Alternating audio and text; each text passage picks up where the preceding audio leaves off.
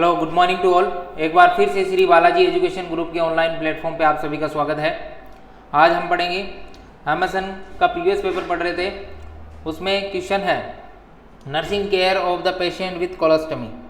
Colostomy की patient की nursing care कैसे करते हैं उसके बारे में हम पढ़ेंगे।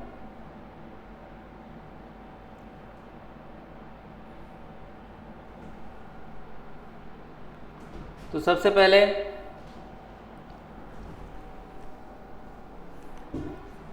एमएसएन का टॉपिक है ये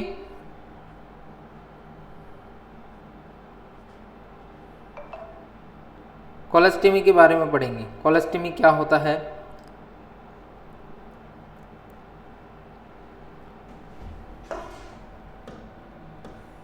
तो सबसे पहले हम कोलोस्टमी के बारे में पढ़ेंगे। नर्सिंग केयर, क्वेश्चन है nursing care of the patient with colostomy. अगर किसी पेशेंट का कोलोस्टमी कर दिया गया है, पेशेंट का कोलोस्टमी कर दिया गया है तो उसकी नर्सिंग केयर कैसे करेंगे। तो सबसे पहले हमें पता होना चाहिए कोलोस्टमी क्या है।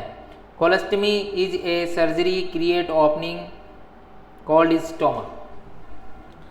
कोलोस्टमी क्या होता है, तो कोलोस्टमी इज ए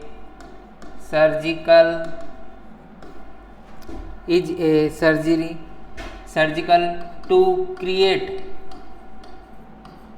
एक सर्जरी के द्वारा या सर्जरी के द्वारा लिख सकते हो आप, सर्जिकल की जगह या सर्जरी के द्वारा to create an opening. Surgery के द्वारा क्या कर दिया गया, create to opening a stoma open कर दिया गया है। स्टोमा अगर ओपन कर दिया गया है सर्जरी के द्वारा, अगर स्टोमा ओपन कर दिया गया है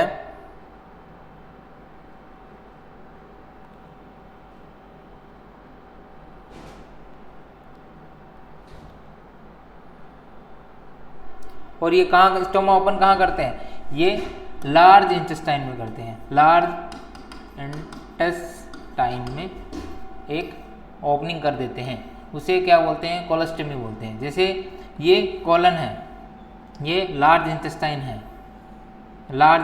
है और ये गुदा है। तो यहाँ से एक ओपन करके आउटसाइड में एक स्टोमा बना देते हैं, एक छेद बना देते हैं जिससे क्या करते हैं, जो ये वेस्ट प्रोडक्ट है जो इस छेद के द्वारा बाहर निकल जाता है, ना कि एनएस के द्वारा बाहर निकलता है, तो ये एक स्टोमा बना देते हैं। इस स्टोमा को, ये इससे क्या है, it is a surgery to create the opening is called stoma. Stoma बनाने को ही कोलोस्टमी कहते हैं। कोलोस्टमी क्या करते हैं, कोलन से एक स्टोमा बना दिया जाता है, पेट एब्डोमेन जो एरिया रहता है वहाँ पे, और उससे जो अपनी बॉडी से जो खाते हैं और वो जो वेस्ट मटेरियल एनएस के द्वारा निकलता था वो इंटेस्टाइन, लार्ज इंटेस्टाइन के द्वारा, इस स्टोमा के द्वारा बॉडी से बाहर निकलता है। अब ये स्टोमा सर्जरी के द्वारा बना दिया गया है। अब इसकी नर्सिंग केयर कैसे करनी चाहिए उसके बारे में हम इसके क्वेश्चन के अंदर पढ़ेंगे कि इस क्वेश्चन के अंदर जो स्टोमा बन गया है उसके बारे में हम पढ़ेंगे कि स्टोमा की जो केयर है वो कैसे की जाती है।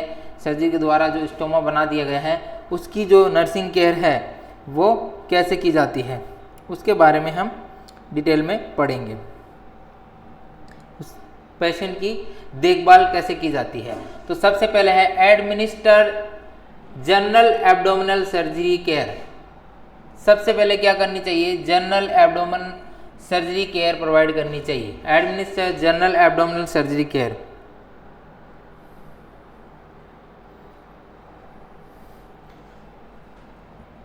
सबसे पहले क्या करें, जो एब्डोमिनल सर्जरी है उसकी केयर के लिए प्रबंध करें, मैनेजमेंट करें, उसकी केयर के बारे में एडमिनिस्टर जनरल एब्डोमिनल केयर। उसके बाद में educate the patient about the elimination care etc और procedure.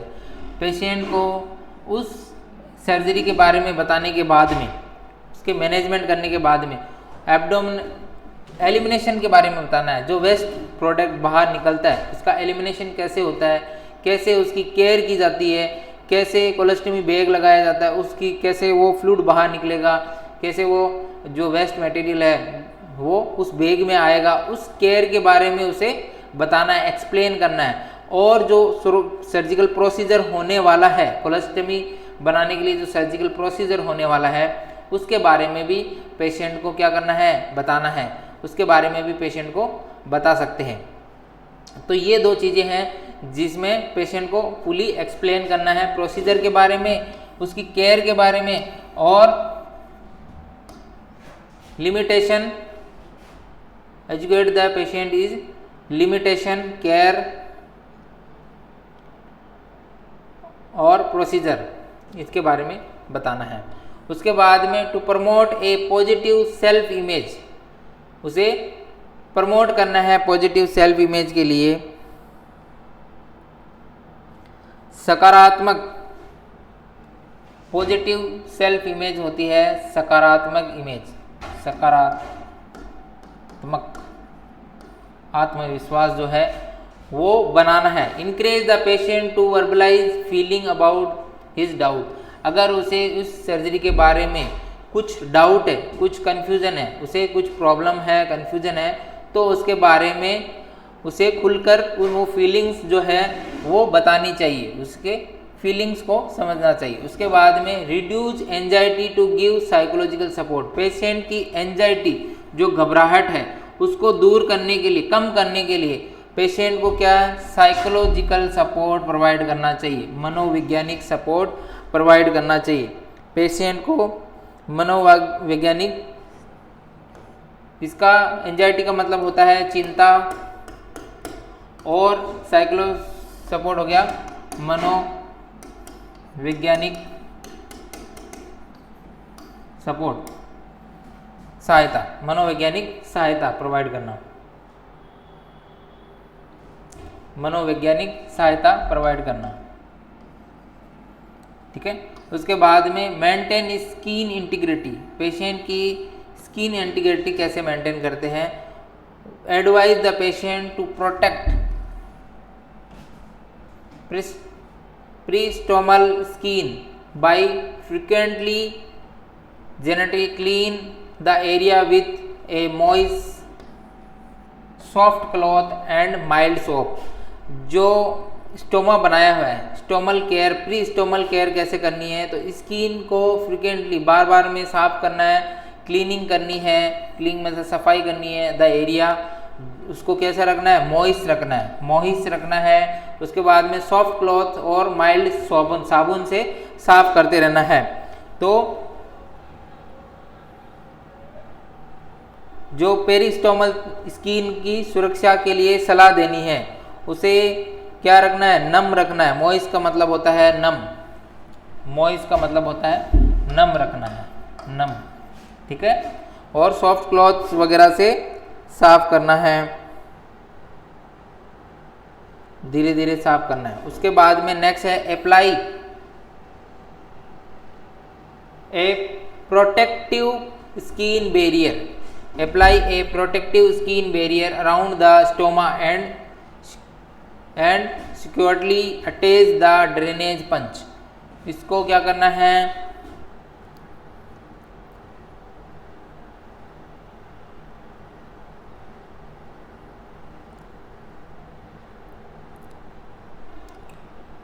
Protective skin barrier around the stoma, stoma के पास में स्किन का प्रोटेक्शन रखने के लिए, ठीक है। अटैच द ड्रेनेज पंच, और जो थैली होती है, ड्रेनेज पंच होता है, उसको लगा लेना है, उसको लगा देना है। Apply the protective skin barrier around the stoma. Stoma क्या होता है, जो वहाँ पे अपन ने जो छेद बनाया था, जो छिद्र बनाया था, वो एक स्टोमा है, उसको सिक्योरिटी के लिए वहाँ पे ड्रेनेज पंच लगा देना है। उसके बाद में नेक्स्ट सी नंबर है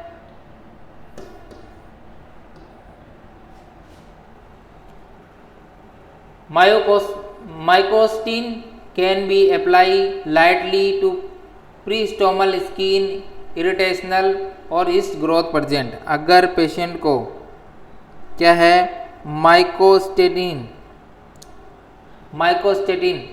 can be apply peristomal. Patient को यदि जलन हो या ईस्ट इन्फेक्शन हो गया हो तो माइकोस्टीन वगैरह अप्लाई कर देना है। उसके बाद में the patient is suggest to bath before putting on cleaning parents. ये क्लीनिंग करने के बाद में पेशेंट को बाथ करने के लिए एडवाइज करना है, मतलब स्नान करने के लिए। Bath before putting and cleaning appearance. Skin barrier like paste powder is use around the stoma to protect the skin from faecal drainage.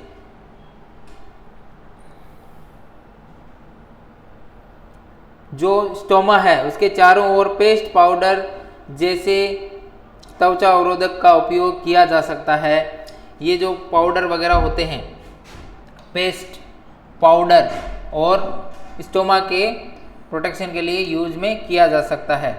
Observe for redness, और पेशेंट को जो स्टोमा है वो रेडनेस के लिए ऑब्जर्व करना चाहिए, इरिटेशन के लिए ऑब्जर्व करना चाहिए अराउंड द स्टोमा। स्टोमा के उधर जो रेडनेस वगैरह है कि नहीं है, या फिर कोई इरिटेशन हो रहा है तो उसके लिए ऑब्जर्व करना चाहिए। उसके बाद में maximum nutrition intake, daily wait करना है, उसका वज़न जो है वो डेली करना है, वज़न डेली करना है। मॉनिटर वाइटल साइंस, उसके टीपीआर डेली चेक करने।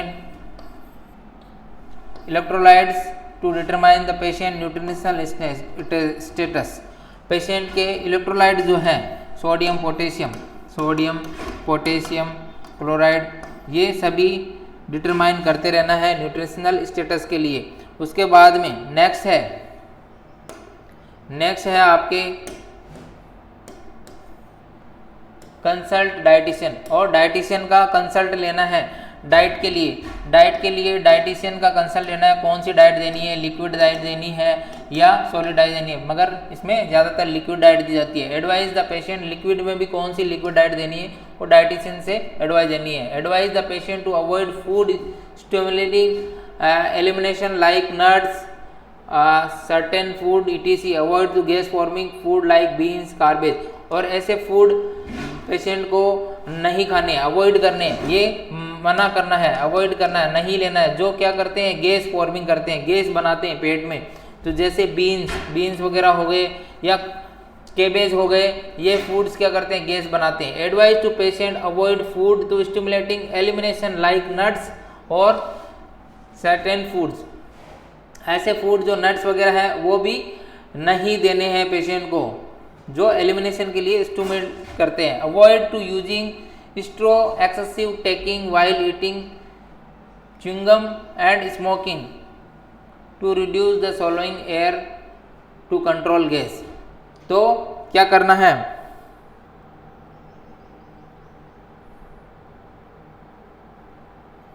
स्ट्रॉ का प्रयोग करते समय अधिक बात करना है, च्युइंगम चबाने से बचें, और गैस को नियंत्रण करने के लिए निकलने वाली हवा को कम करने के लिए धूम्रपान, ये क्या करना है अवॉइड करना है। स्ट्रॉ वाली अवॉइड करना है। एक्सेसिव टॉकिंग, बात करना अवॉइड करना है खाते समय। च्युइंगम, प्रॉपरली च्युइंगम चबाना है खाने को। Smoking to reduce swallowing air in control gas, smoking भी नहीं करनी है। उसके बाद में control order to maintaining personal hygiene, personal hygiene को भी क्या करना है मेंटेन करना है। Irritating of colostomy and changing colostomy bag time to time, और जो बैग है उसको टाइमली चेंज करते रहना है, टाइम टू टाइम चेंज करते रहना है। जैसे ही बैग में वो वेस्ट प्रोडक्ट आया तो उसको टाइमली चेंज करना है, अगर भर गया तो चेंज करना है, 1/2 भर गया तो चेंज करना है, तो टाइमली उसकी क्लीनिंग केयर वगैरह करनी है और टाइम टू टाइम उसको चेंज करते रहना है। उसके बाद में नेक्स्ट है assist to promote inadequate activity of daily living, self care, maintenance और पर्सनल हाइजीन। पर्सनल हाइजीन को मेंटेन रखना है। डेली जो लिविंग एक्टिविटी है, जैसे वो डेली लिविंग एक्टिविटी के लिए कुछ काम कर रहा है तो वो करते रहना है। और सेल्फ केयर के बारे में भी ध्यान रखना है, पर्सनल हाइजीन के बारे में ध्यान रखना है।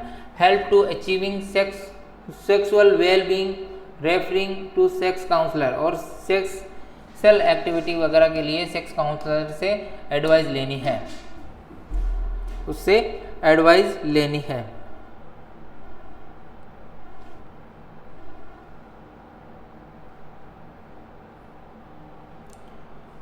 उसके बाद में नेक्स्ट है पेज मेकर। पेज मेकर क्या होता है उसके बारे में पढ़ेंगे। पेज मेकर क्या होता है,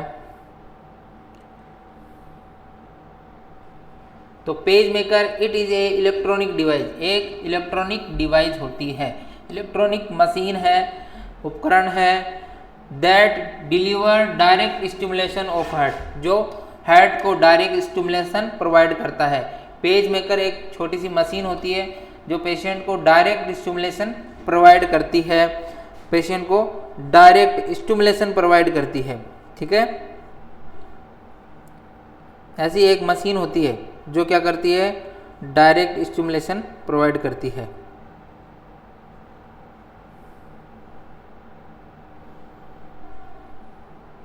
ये किसके ट्रीट करने के लिए दी जाती है, अरिदमिया को ठीक करने के लिए दी जाती है। अरिदमिया, ये पेशेंट के अरिदमिया, पेशेंट में अगर अरिदमियाज हो गया, अरिदमियाज हो गया तो उसको, अरिदमियाज है तो उसको ट्रीट करने के लिए, पेशेंट की अरिदमियाज को ट्रीट करने के लिए दी जाती है। IA अरिदमियाज को ट्रीट करने के लिए किया जाता है, पेज मेकर लगाया जाता है।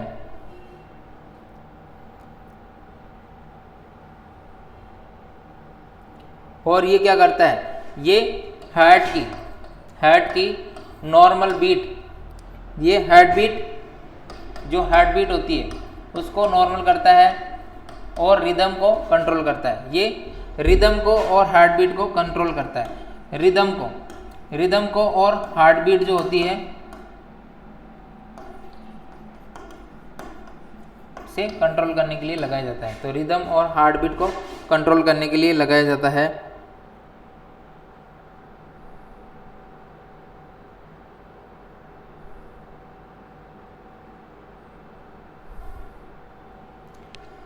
तो इसका जो मेन पर्पस होता है वो क्या होता है, इसका जो मेन पर्पस होता है, पेज मेकर क्या है, एक डिवाइस है, इलेक्ट्रॉनिक डिवाइस है। इसका जो पर्पस है, उद्देश्य क्या है, इसका उद्देश्य क्या है, उद्देश्य जो है इसका वो to initiate to maintain heart rate. अभी जो मैंने बताया था ये हार्ट रेट को क्या करता है, मेंटेन करता है। उसके बाद में कंट्रोल डिसरिदमिया, जो डिसरिदमिया होता है उसे कंट्रोल करता है। That can not be present to medication therapy, page maker can help be permanent and temporary. ये क्या लग सकता है, ये तो कभी कभी परमानेंट भी लग सकता है और टेम्परेरी लग सकता है, कुछ टाइम के लिए, और टेम्परेरी, परमानेंट तो मतलब लाइफ टाइम के लिए, लाइफ टाइम के लिए लग सकता है। और ये टेम्परेरी यानी कुछ टाइम के लिए, कुछ टाइम के लिए भी लग सकता है, कुछ टाइम के लिए भी लग सकता है। उसके बाद में इंडिकेशन क्या है इसके, सिम्प्टोमेटिक डिसरिदमिया, इसके लिए यूज किया जाता है। उसके बाद में सिम्प्टोमेटिक हार्ट ब्लॉक, उसके लिए इसका प्रोफाइलैक्सिस क्या है, after acute myocardial infection.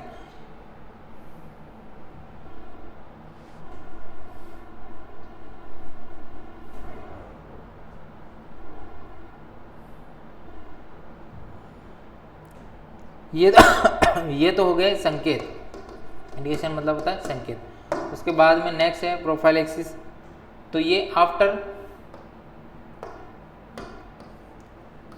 After acute MI के बाद में, और बिफोर और आफ्टर कार्डियक सर्जरी हो गई है उसके बाद में, या पहले, कार्डियक सर्जरी के पहले या बाद में, एमआई के दौरान, और ड्यूरिंग डायग्नोसिस टेस्ट, और कोई भी जैसे निदान किया हुआ हो या कोई डायग्नोस करना हो, टेस्ट करना हो तो उसके दौरान भी लगा सकते हैं। डिसरिदमिया की कंडीशन में लगा सकते हैं। उसके बाद में इसके कॉम्प्लिकेशन क्या होते हैं, तो इसके कॉम्प्लिकेशन क्या होता है, डिसरिदमिया की कंडीशन हो उसमें लगा सकते हैं, ये है। उसके बाद में जो है complication local infection at entry side जो है, इंटर साइड जो होता है, वायर जो अंदर जाता है, तो उसकी जो लोकल साइड है वहाँ पे क्या हो सकता है, इन्फेक्शन हो सकता है, वहाँ पे संक्रमण हो सकता है, इन्फेक्शन हो सकता है। Of the lead of subacute side. उसके बाद में ब्लीडिंग और हेमाटोमा वहाँ पे क्या हो सकता है, ब्लीडिंग हो सकता है, खून आ सकता है, हेमाटोमा हो सकता है, ब्लड इकट्ठा हो सकता है एट द एंट्री साइड पे। उसके बाद में haemothorax from the puncture of the subclavian when. अगर सब क्लेवियन वगैरह वेन हो गई तो हीमोथोरेक्स हो सकता है, जो थोरेक्स कैविटी में ब्लड इकट्ठा हो सकता है। ठीक है, वहाँ पे क्या हो सकता है, जो थोरेक्स कैविटी है, थोरेक्स कैविटी है, कैविटी जो होती है वहाँ पर ब्लड इकट्ठा हो सकता है, ब्लड इकट्ठा हो सकता है। ठीक है, पंचर साइड के उधर सबक्लेवियन वेन, जो सबक्लेवियन वेन होती है। डिसलोकेशन ऑफ लीड्स, और लोकेशन डिसलोकेशन भी हो सकती है, लीड्स क्या हो सकती है, बार बार में डिसलोकेशन हो सकती है। तो ये कुछ इसके कॉम्प्लिकेशंस हैं। तो कॉम्प्लिकेशन ये है, किस में लगाया जाता है, ये पेशेंट की हार्ट बीट को और रिदम को कंट्रोल करने के लिए पेज मेकर लगाया जाता है। तो इसके बहुत सारे कॉम्प्लिकेशन है, और किस किस कंडीशन में लगाया जाता है, एमआई वगैरह वगैरह, कार्डियक सर्जरी वगैरह, और कोई डायग्नोसिस पर्पज़ होता है तो उसमें भी लगा सकते हैं। परमानेंट और टेम्परेरी लगाते हैं। परमानेंट तो लाइफ टाइम लग जाता है, और कुछ टेम्परेरी होता है जो कुछ देर के लिए लगाते हैं, डायग्नोसिस पर्पज़ वगैरह के लिए लगाते हैं। तो ये हो गया आपके पेज मेकर। उसके बाद में नेक्स्ट क्वेश्चन है, हॉडकिन डिजीज़ क्या होता है। तो हॉडकिन डिजीज़ एक कैंसर का टाइप है, कैंसर का ही टाइप है। Hodgkin disease is a chronic progressive neoplasmic disorder from lymphatic tissue.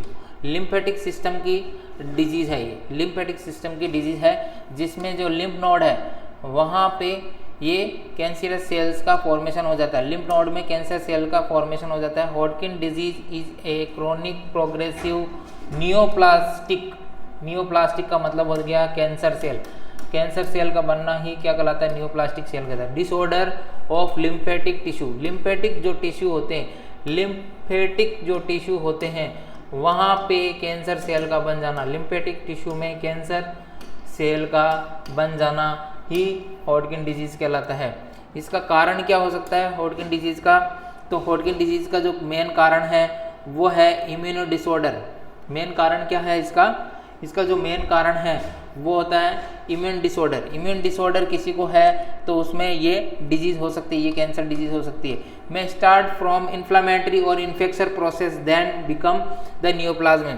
अगर किसी के इन्फ्लामेटरी और इन्फेक्शन हो रहा है तो वो नियोप्लाज्म हो सकता है। उसके बाद में occur mostly between the 20 to 40 years. ये कौन सी एज में होता है, जो 20 से 40 साल की एज में, और अबाउ 40-60 ईयर एज में, मतलब 20 से 40 साल की एज में ज़्यादा होता है, और जो 60 साल से ऊपर है उनमें ये ज़्यादातर देखने को मिलता है, ये ज़्यादातर देखने को मिलता है। उसके बाद में जो है नेक्स्ट क्लिनिकल फीचर, इसमें लक्षण क्या होते हैं, तो इसके लक्षण क्या होते हैं।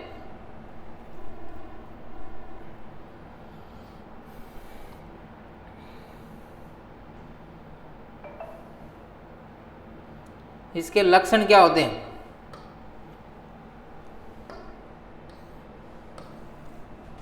लक्षण क्या होते हैं इसके, तो लक्षण है painless enlargement of lymph node. इसमें पेन नहीं होता है, पेनलेस, पेन नहीं होता है, पेनलेस है, पेन नहीं होता है, उसे कहते हैं पेनलेस। एनलार्जमेंट बड़ी होती है, गांठें की तरफ बनने लग जाती है, इसमें ट्यूमर बनने लग जाती है। Lymph node first evident of cervical area, जो सर्वाइकल एरिया रहता है वहाँ पे ज़्यादा होते हैं। फर्स्ट एविडेंट जो सर्वाइकल एरिया रहता है वहाँ पे ज़्यादा होती है। उसके बाद में नेक्स्ट है एनोरेक्सिया। इसके अंदर पेशेंट के अंदर सिम्टम क्या देखने को मिलेंगे, ये तो लिम्फ नोड में स्वेलिंग आ जाएगी, जो सर्वाइकल बोन होती है, ठीक है, सॉरी क्लेविकल बोन, तो ये सर्वाइकल एरिया के अंदर देखने को मिलता है। उसके बाद में इसमें एनोरेक्सिया, भूख ना लगना, नहीं लगना, और वेट लॉस, वजन कम हो जाना, वेट कम हो जाना, जनरलाइज प्यूराइटिस देखने को मिलता है, लो ग्रेड फीवर, हल्का बुखार देखने को मिलता है, हल्का बुखार, नाइट स्वेट, नाइट में क्या होता है, पसीना आता है, नाइट में पसीना आता है, पसीना आता है नाइट में, और ल्यूकोसाइटोसिस, और ल्यूकोसाइटोसिस हो जाता है। क्या हो गया, ल्यूकोसाइटोसिस हो जाता है इसके अंदर, पेशेंट को WBC कम हो जाते हैं।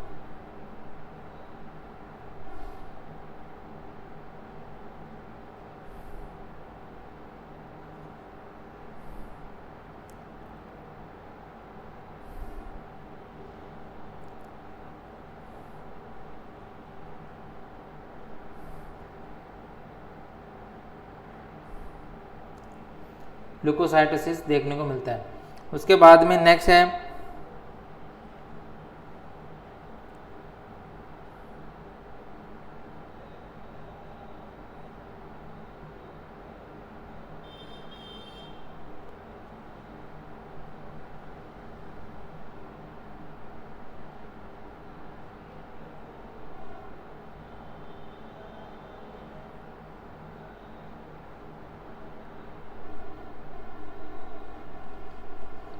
ल्यूकोसाइटोसिस, ल्यूकोसाइटोसिस का मतलब हो गया WBC का क्या हो जाना, इंक्रीज हो जाना। WBC का क्या हो जाना, WBC सेल का इंक्रीज हो जाना, ज़्यादा हो जाना।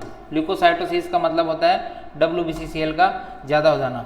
वाइट ब्लड सेल जो होते हैं, वाइट ब्लड सेल जो होते हैं वो बॉडी में बढ़ जाते हैं, वो ल्यूकोसाइटोसिस हो जाता है। ल्यूकोसाइटोपीनिया मतलब कम हो जाता है, पीनिया जो लगता है उसमें कम हो जाता है, लेकिन इसमें बढ़ जाता है।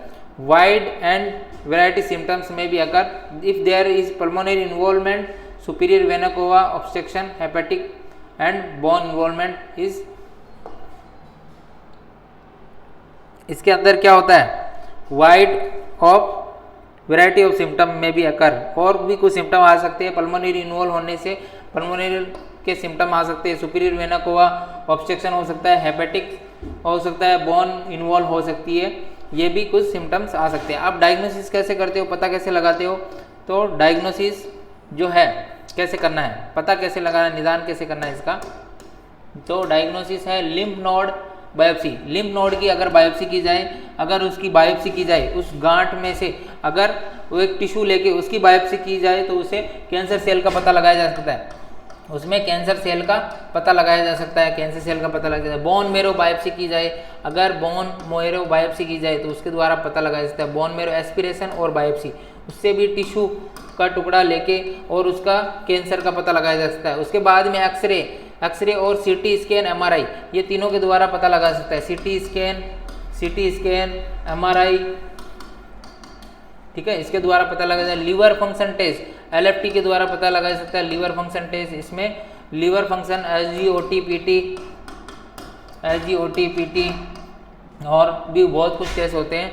और उसके बाद में लिम्फेंजियोग्राम करके भी पता लगाया सकता है, एक और टेस्ट होता है लिम्फेंजियोग्राम, उसके द्वारा भी पता लगाया जा सकता है। उसके बाद में ट्रीटमेंट में रेडिएशन थेरेपी देते हैं, कीमोथेरेपी देते हैं। एक होती है कि कैंसर के लिए जो ट्रीटमेंट दिया जाता है वो रेडिएशन थेरेपी या फिर कीमोथेरेपी दी जाती है। कीमोथेरेपी विथ नाइट्रोजन मस्टर्ड और विनक्रेस्टिन और प्रोकार्बाजाइन एंड प्रेडिसलोन, ये कुछ ड्रग्स हैं जो कीमोथेरेपी के अंदर जो यूज होती है। नाइट्रोजन मस्टर्ड और विनक्रेस्टिन और प्रोकार्बाजाइन और प्रेडिसलोन, ये कुछ ड्रग्स होती है कीमोथेरेपी के अंदर दी जाती है। उसके बाद में इसका कॉम्प्लिकेशन क्या हो सकता है, इसमें क्या जटिलताएं हो सकती है, कॉम्प्लिकेशन क्या हो सकता है, तो इसका जो कॉम्प्लिकेशन है, साइड इफेक्ट है, वो है side effect of radiation therapy और कीमोथेरेपी लाइक नोजिया। सबसे ज़्यादा जो होता है वो नोजिया होता है, उसे उल्टी जैसे लगने लग जाता है, ठीक है। उसके बाद में जो दूसरा है वो वोमिटिंग, उल्टी होती है। उसके बाद में एलोपेजिया, उसके बाल उड़ जाते हैं, एलोपेजिया में सर के बाल उड़ जाना, एलोपेजिया देखने को मिलता है। एनीमिया, HB कम हो जाता है, ब्लड की कमी आ जाती है। ये कुछ साइड इफेक्ट है ये कीमोथेरेपी और रेडिएशन थेरेपी ड्रग्स के, जिसमें पेशेंट के क्या हो जाएंगे, नोजिया वोमिटिंग होने के चांस रहते हैं। उसके बाद में पेशेंट को उल्टी ज़्यादा होती है और पेशेंट उल्टी ज़्यादा होगी तो क्या होगा, डिहाइड्रेशन में जा सकता है, तो इसका भी ध्यान रखना चाहिए। उसे IV फ्लूइड वगैरह या लिक्विड डाइट ज़्यादा से ज़्यादा देनी चाहिए। उसके बाद में पेशेंट को एलोपेजिया देखने को मिलती है। देखा होगा कैंसर जिसको हो जाता है उसके धीरे धीरे कीमोथेरेपी देने की वजह से उसके धीरे धीरे सर के जो बाल हैं वो उड़ने लग जाते हैं, और ये भी इसका साइड इफेक्ट है। और उसका जो ब्लड है, HB है, वो कम हो जाता है। स्प्लेनोमेगली देखने को मिलेगा, हेपेटोमेगली देखने को मिलेगा। स्प्लीन की जो साइज है वो बढ़ जाएगी। स्प्लीन की जो साइज है, स्प्लीन की साइज का बढ़ना, साइज का बढ़ना क्या कहलाता है, साइज का बढ़ना स्प्लेनोमेगली कहलाता है। और अगर लीवर की साइज बढ़ जाती है, लीवर की साइज का बढ़ना क्या कहलाता है, लीवर की साइज बढ़ी हेपेटोमेगली कहलाता है। और थ्रोम्बो इम्बोलिक देखने को मिलता है। कॉम्प्लिकेशन में भी स्पाइनल कॉर्ड कंप्रेशन देखने को मिल सकता है और स्पाइनल कॉर्ड का कंप्रेशन भी देखने को मिल सकता है। ये कुछ सिम्टम्स आपको देखने को मिलेंगे इसके अंदर, ठीक है। अब नेक्स्ट पढ़ते हैं अपन write down action, indication, contraindication, side effect, nursing responsibility of a drugs. इन ड्रग्स के बारे में पढ़ते हैं। डायूरेटिक्स और डिजिटल्स और बार्बिचुरेट्स कौन कौन सी ड्रग्स हैं इसके बारे में पढ़ते हैं। सबसे पहले डायूरेटिक्स के बारे में पढ़ते हैं। डायूरेटिक्स कौन कौन सी डायूरेटिक्स ड्रग्स होती है, इसका एक्शन क्या होता है। डायूरेटिक्स जो ड्रग्स होती है वो बॉडी से क्या करती है, these drugs is increase excretion, ये एक्सक्रिएशन को बढ़ाती है। ये क्या करती है, एक्सक्रिएशन को बढ़ाती है, यूरिन एक्सक्रिएशन को बढ़ा सकती है। जो बॉडी से एक्सक्रिएशन होता है उसको बढ़ा देती है, जिससे ये ड्रग्स, जैसे इसकी जो ड्रग्स आती है, एग्जाम्पल कौन कौन सी ड्रग्स आती है, एग्जाम्पल आती है लेसिक्स, डाइटोर, और भी बहुत सारी आती है, फ्रूसामाइड जो ड्रग्स होती है, और लूप डायरोटिक्स ड्रग्स होती है। तो बहुत सारी ड्रग्स होती है जो यूरिन के प्रोडक्शन को बढ़ा देगी, बॉडी से यूरिन को ज़्यादा मात्रा में लेते हैं। Excretion, increase excretion of sodium, sodium के एक्सक्रिएशन को बढ़ाती है, बॉडी में से सोडियम को निकाल देती है, सोडियम को निकाल देती है, बॉडी में से सोडियम को निकाल देती है। And water through the kidney, kidney के through, thereby the reducing blood volume, और इसके कारण जो ब्लड वॉल्यूम है, ब्लड जो वॉल्यूम है वो कम हो जाता है, और ब्लड वॉल्यूम कम होने से बीपी भी कम हो जाती है, ठीक है। ब्लड वॉल्यूम कम होने से बीपी कम हो जाती है, तो ये बीपी को कम करती है डायरोटिक्स, बीपी को भी कम करती है, बॉडी से फ्लूइड को कम करती है, यूरिन के प्रोडक्शन को बढ़ा देती है। Chronic administration of these drugs is reducing sodium content, और ये सोडियम के कंटेंट को कम कर देती है, सोडियम कम होगा तो बीपी कम हो जाएगा। Of the arterial wall, reducing peripheral resistance of blood pressure, देखो ब्लड प्रेशर को भी कम कर देगी। इंडिकेशन क्या है इसके, तो hypertension with acute heart failure, अगर पेशेंट को हाइपरटेंशन है, एसटीएन की बीमारी है, ब्लड प्रेशर ज़्यादा रहता है और हार्ट फेलियर की कंडीशन, इसके कंडीशन में हम ये पेशेंट को दे सकते हैं, डायरोटिक्स दे सकते हैं। Hypertension with mark fluid retention, अगर पेशेंट को फ्लूइड रिटेंशन की प्रॉब्लम है, हाइपरटेंशन है, happen with the use of vasodilation, तो उस कंडीशन में दे सकते हैं। उसके बाद में नर्सिंग रेस्पॉन्सिबिलिटी क्या है इसकी, नर्सिंग रेस्पॉन्सिबिलिटी क्या होनी चाहिए, to maintain intake output chart. जब भी डायरोटिक्स देते हैं तो इनटेक आउटपुट चार्ट मेंटेन करना चाहिए कि कितना फ्लूइड लिया है, कितना आउटपुट निकाला है, ठीक है।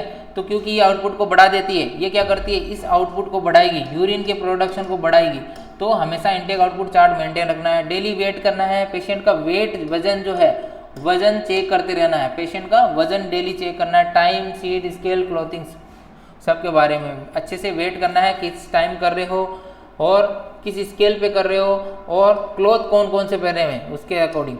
उसके बाद में admission of the drugs in the morning so that the maximum effect will be occur during the working और hours.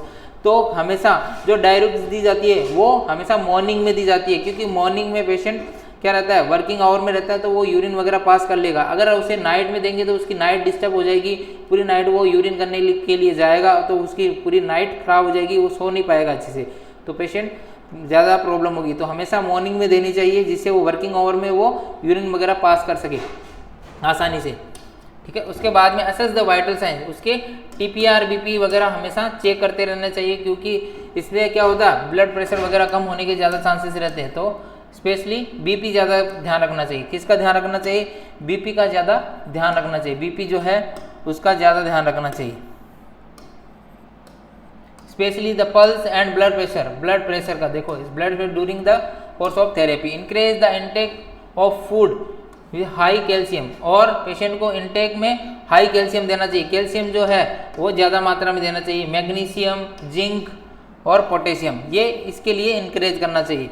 Assess the client sign of fluid of electrolyte imbalance, और उसके जो साइन सिम्टम है वो असेस करते रहने चाहिए। अगर फ्लूइड इलेक्ट्रोलाइट इम्बेलेंस हो गया है, यानी सोडियम ज़्यादा निकल गया है, कम निकल गया है, इम्बेलेंस हो गया है इलेक्ट्रोलाइट्स का, तो उसका भी ध्यान रखना है। Step the client to change position slowly to prevent the postural orthopaedic hypotension. जो पेशेंट को डायबिटीज जलती है उसको जो पोजीशन चेंज करने के लिए कि कि वो आराम से पोजीशन चेंज करे, एकदम से खड़ा ना हो जाए। एकदम से वो खड़े होते हैं तो उसे चक्कर वगैरह आ सकते हैं या फिर गिर सकता है। Instruct the client position slowly, prevent the postural hypertension, वो हाइपोटेंशन में जा सकता है, इस वजह से ऑर्थोपेडिक हाइपोटेंशन या पोस्चुरल हाइपोटेंशन में जा सकता है। Be alert the sign of hypokalaemia, और पेशेंट के जो हाइपोकैलेमिया के जो साइन है वो देखना है, अलर्ट रहना है। हाइपोकैलिया मतलब है पोटेशियम का कम हो जाना, पोटेशियम का कम हो जाना।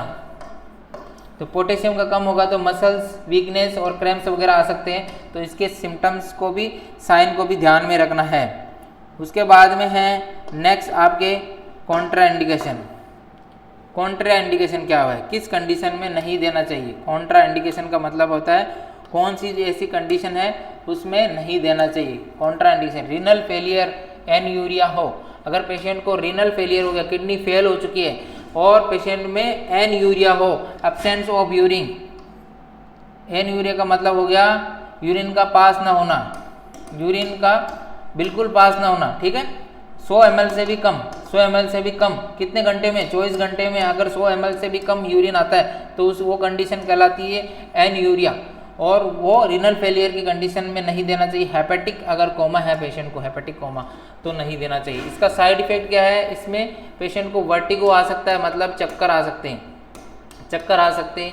विजुअल इम्पेयर्ड हो सकता है, मतलब देखने में प्रॉब्लम हो सकती है, विजुअल जो देखने में प्रॉब्लम हो सकती है, इम्पेयरमेंट हो सकता है। एनोरेक्सिया, भूख न लगना, उसके बाद में वीकनेस से बॉडी में वीकनेस आ जाएगा, डिजीनेस, चक्कर आना, ड्राउजीनेस हो सकता है, और वोमिटिंग और डिफनेस हो सकता है।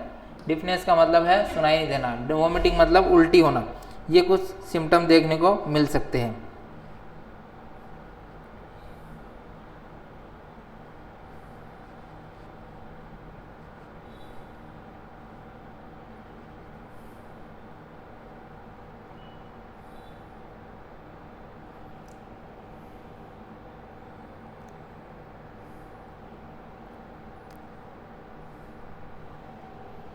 डिफनेस तो मतलब बहरापन, बहरा हो सकता है ना, पढ़ा चुका हूँ मैं पहले भी, बहरा हो सकता है।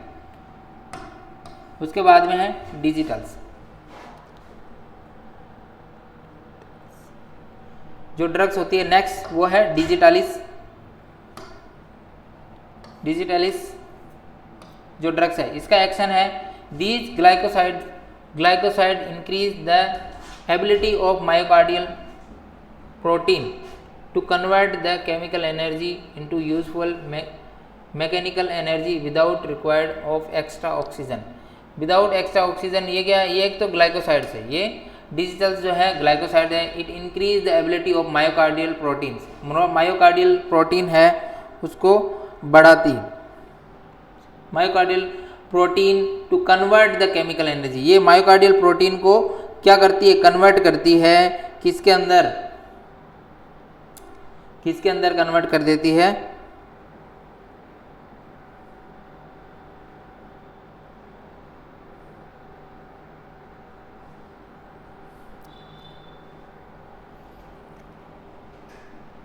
कन्वर्ट केमिकल एनर्जी के अंदर कन्वर्ट कर देती है। और mechanical energy without required of extra oxygen, और मैकेनिकल एनर्जी में यूजफुल होती है विदाउट कोई एक्स्ट्रा ऑक्सीजन के अलावा, ठीक है। उसके बाद में इसके इंडिकेशन क्या है, to maintain well an emergency treatment of congestive heart failure. Congestive heart failure है उसके लिए CCF, इसके लिए जो इमरजेंसी ट्रीटमेंट जो है वो है जिजिटिलिस। जिजिटिलिस जो है कंजेक्टिव हार्ट फेलियर, इसको CHF भी बोल सकते हैं, CHF, इसको कंजेक्टिव हार्ट फेलियर की कंडीशन में इसको देते हैं। कंजेस्टिव हार्ट फेलियर की कंडीशन में इसको CHF की कंडीशन में इसे देते हैं। एल्डरली पेशेंट को ज़्यादा दी जाती है, रीनल इम्पेयरमेंट हो गया है उस पेशेंट को दी जाती है। पेशेंट विथ हाइपोथायरॉयडिज्म है, थायरॉयडिज्म हार्मोन की कमी है उसमें दी जाती है।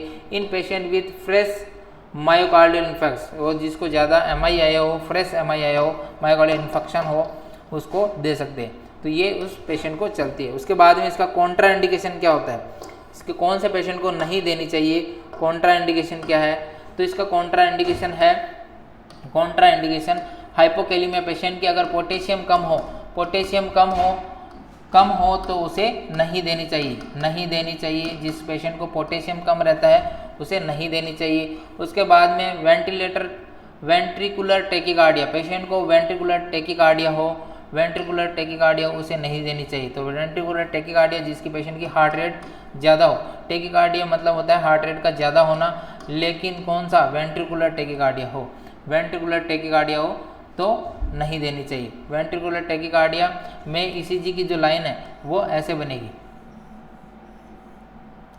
इसमें जो ये गैप है वो कम होगा, जिससे क्या होगा, ये हार्ट रेट इंक्रीज को शो करता है। उसे मायोकार्डियाटिस हो गया हो तो ऐसे पेशेंट को नहीं देनी चाहिए जिनको मायोकार्डियाटिस हो।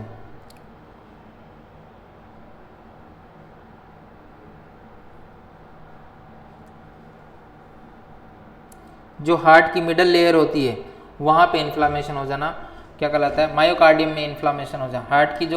हार्ट की जो मिडल लेयर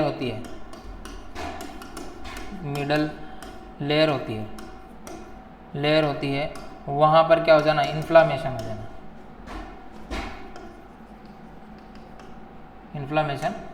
क्या कहलाता है, मायोकार्डियाटिस कहलाता है। मायोकार्डियम की जो हार्ट की लेयर होती है वहाँ पे इन्फ्लामेशन हो जाए। इसका साइड इफेक्ट क्या है, इसका साइड इफेक्ट है गैस्ट्रोइंटेस्टाइनल ट्रैक्ट में एनोरेक्सिया हो सकता है, भूख नहीं लगना। इसका साइड इफेक्ट नोजिया, वोमिटिंग, उल्टी होना, जी घबराना। उसके बाद में सेंट्रल नर्व सिस्टम, ये तो हो गया गैस्ट्रोइंटेस्टाइनल सिस्टम यानी ट्रैक्ट पे क्या इसके साइड इफेक्ट हो सकते हैं। तो सेंट्रल नर्वस सिस्टम पे पेशेंट को हेडेक होता है, सर दर्द हो सकता है। उसके बाद में फैटिक हो सकता है, थकान हो सकती है, ड्राउजीनेस आलसी हो सकता है, डिसओरिएंटेस हो सकता है, पेशेंट कन्फ्यूजन इरिटेट हो सकता है। कार्डियक पे क्या हो रहा है, इर्रेगुलर हार्ट बीट हो सकती है, इर्रेगुलर हार्ट बीट हो सकती है, कभी कम कभी ज़्यादा, ऐसा कुछ हो सकता है, इर्रेगुलर हार्ट बीट देखने को मिल सकता है। ये इसके साइड इफेक्ट है। उसके बाद में नर्सिंग रेस्पॉन्सिबिलिटी क्या होती है, ये टैबलेट की नर्सिंग रेस्पॉन्सिबिलिटी क्या होती है, तो watch for the development of anorexia, patient की एनोरेक्सिया को डेवलप करना यानी जो साइड इफेक्ट हो रहा है तो उसका ध्यान रखना है। साइड इफेक्ट क्या क्या थे, एनोरेक्सिया, नोजिया, वोमिटिंग, इसका ध्यान रखना है। उसके बाद में watch for irregular pulse, specially coupled beats, irregular अगर हार्ट बीट हो रही है तो उसका ध्यान रखना है। Disease should be withheld, the pulse rate is below 60, अगर पल्स रेट बिलो 60 है तो नहीं देना है। 60 बीट पर मिनट से कम आ रही है तो बंद कर देना है, इसका ध्यान रखना है। उसके बाद में patient atrial flutter are being treated with disease pulse rate, the heart beat should be count. तो अगर पेशेंट आर्टियल फ्लटर है और पेशेंट को डिजिटल से ट्रीट किया जा रहा है तो हार्ट बीट को काउंट करते रहना है, हार्ट बीट कितनी है उसका ध्यान रखना है। In case of chronic circulatory failure, intake output chart should be maintain, और क्रोनिक सर्कुलेटरी फेलियर हो चुका है तो इनटेक आउटपुट जो चार्ट है वो प्रॉपर मेंटेन करते रहना है। Diet should be low in sodium, diet क्या करनी है, लो सोडियम डाइट देनी है, हमेशा लो सोडियम डाइट देनी है और रिच पोटेशियम डाइट देनी है। पेशेंट को लो सोडियम डाइट कहनी है, सोडियम जो है वो कम होना चाहिए, पेशेंट की डाइट में सोडियम कम होना चाहिए, पोटेशियम ज़्यादा होना चाहिए, drugs should be admission after meal at the same time, और हमेशा ड्रग्स कैसे देनी है, जो ये दवाई है वो खाना खाने के बाद में देनी है और सेम टाइम देनी है, खाना खाने के बाद और सेम टाइम पे देनी है, डेली जिस टाइम पे दे रहे हो उसी टाइम पे देनी है, सेम टाइम पे देनी है, खाना खाने के बाद में। तो ये कुछ नर्सिंग रेस्पॉन्सिबिलिटियाँ हैं, उनका हमें ध्यान में रखना है। तो क्या क्या ध्यान में रखना है, पेशेंट के साइड इफेक्ट का ध्यान रखना है, एनोरेक्सिया, नोजिया, वोमिटिंग, इसका ध्यान रखना है। पेशेंट की अगर हार्ट रेट 60 से कम हो रही है तो उसका ध्यान रखना है, इरेगुलर पल्स रेट हो रही है तो उसका ध्यान रखना है। उसके बाद में पेशेंट में क्या हो रहा है,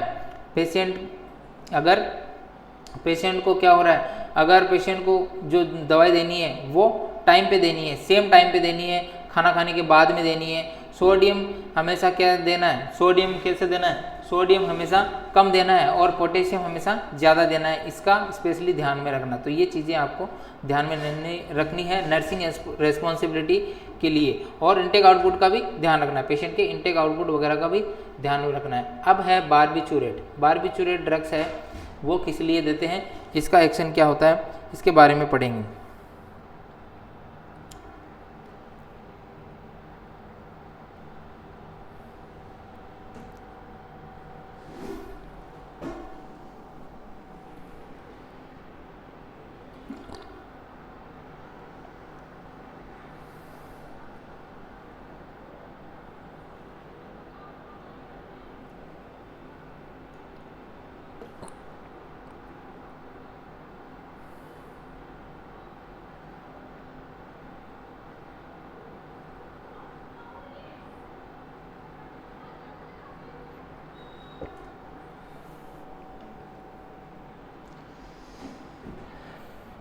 तो बारबिचूरेट जो ड्रग्स होती है वो डिपरेसेंट ड्रग्स,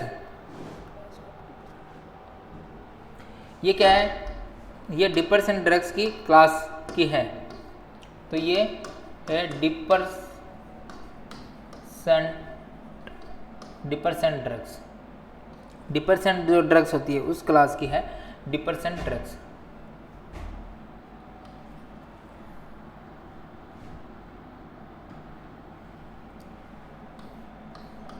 डिपरेसेंट ड्रग्स बारबिचूरेट ड्रग्स है वो डिपरेसेंट ड्रग्स की क्लास की होती है। इट एक्ट दो डिप्रेसिंग, ये क्या करती है, कैसे करती है, depressing the central nervous system. CNS जो है सीएनएस को डिप्रेस करती है, ये सीएनएस को डिप्रेस करती है। तो डिप्रेसेंट ड्रग्स है जो सीएनएस को क्या कर देती है, डिप्रेस कर देती है। सीएनएस को क्या कर देती है, डिप्रेस कर देती है। ये क्या करेगी, जो सीएनएस है सीएनएस को डिप्रेस कर देगी, डिप्रेस। ये ड्रग्स जो है सीएनएस को डिप्रेस करती है। तो किस किस में देते हैं, ये ग्रांड माल एपिलेप्सी, एपिलेप्सी हो गया, मिर्गी वगैरह आ रही है पेशेंट को, मिर्गी आ रही है तो वो पेशेंट को देते हैं। उसके बाद में फेवरेट कन्वर्जन आ रहे हैं, दौरे आ रहे हैं पेशेंट को, तो उसमें दे सकते हैं। डेलीरियम में दे सकते हैं। ये जो ड्रग्स है वो कौन सी कंडीशन में दी जाती है, एपिलेप्सी, कन्वर्जन और डेलीरियम में दी जाती है। ये जो ड्रग है वो एंटी कन्वर्जन ड्रग भी बोल सकते हैं, उसे एंजियोलाइटिक ड्रग्स भी बोल सकते हैं। एंटी कन्वर्जन, इसको एंटी कन्वर्जन,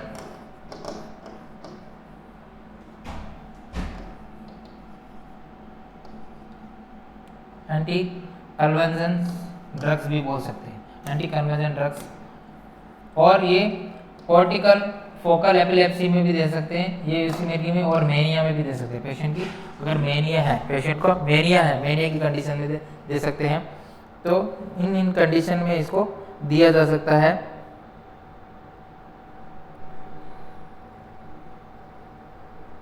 ये जहाँ मोस्टली सीजर डिसऑर्डर वगैरह में दी जाती है, दौरे या टेंशन वगैरह वाले पेशेंटों को ज़्यादा दी जाती है बारबिचूरेट ड्रग्स। इसका जो कॉन्ट्रा इंडिकेशन है वो क्या है, किस पेशेंट को नहीं देनी चाहिए, कॉन्ट्रा इंडिकेशन क्या है, तो कौन से पेशेंट को नहीं देनी चाहिए। Contra indication, renal and hepatic impairment हो, पेशेंट को रीनल प्रॉब्लम हो, हेपेटिक इंपेयरमेंट हो तो उन्हें नहीं देनी चाहिए। एल्कोहल डिप्रेशन पेशेंट होते हैं उन्हें नहीं देनी चाहिए। साइड इफेक्ट इसका क्या होगा, तो इसका जो साइड इफेक्ट होगा वो है ड्राउजीनेस और लेथार्जी। ये क्या करती है, तो एंटी कन्वर्जन वगैरह ड्रग्स क्या करती है, ड्राउजीनेस कर देगी, पेशेंट में ड्राउजीनेस हो जाएगा, लेथार्जी हो जाएगी, थकान हो जाएगी, और मेंटल कंफ्यूजन, और पेशेंट कंफ्यूजन में रहेगा, कंफ्यूजन में भी पेशेंट रहेगा। तो ये कुछ प्रॉब्लम्स है वो देखने को मिलेगी इसके अंदर।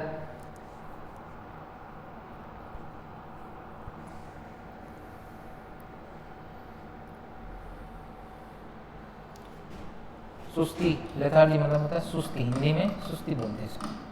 इसको नर्सिंग रेस्पॉन्सिबिलिटी क्या है, assess the allergy and medical problem, और पेशेंट की एलर्जी को असेस करना है, उसे कोई एलर्जी तो नहीं है, मेडिकल प्रॉब्लम तो नहीं है, that would be later client with response. Avoid the admission with cent, अगर सीएनएस डिप्रेस है तो उस वाले पेशेंट को नहीं देनी, उसे अवॉइड करनी है। पहले से अगर सीएनएस डिप्रेस है तो उसे नहीं देनी चाहिए, और ज़्यादा डिप्रेस कर देगी। Caution diet, avoid to engaging hazards activity, avoid the concentration, use alcohol. Alcohol वगैरह ले रहा तो उसे नहीं देनी चाहिए।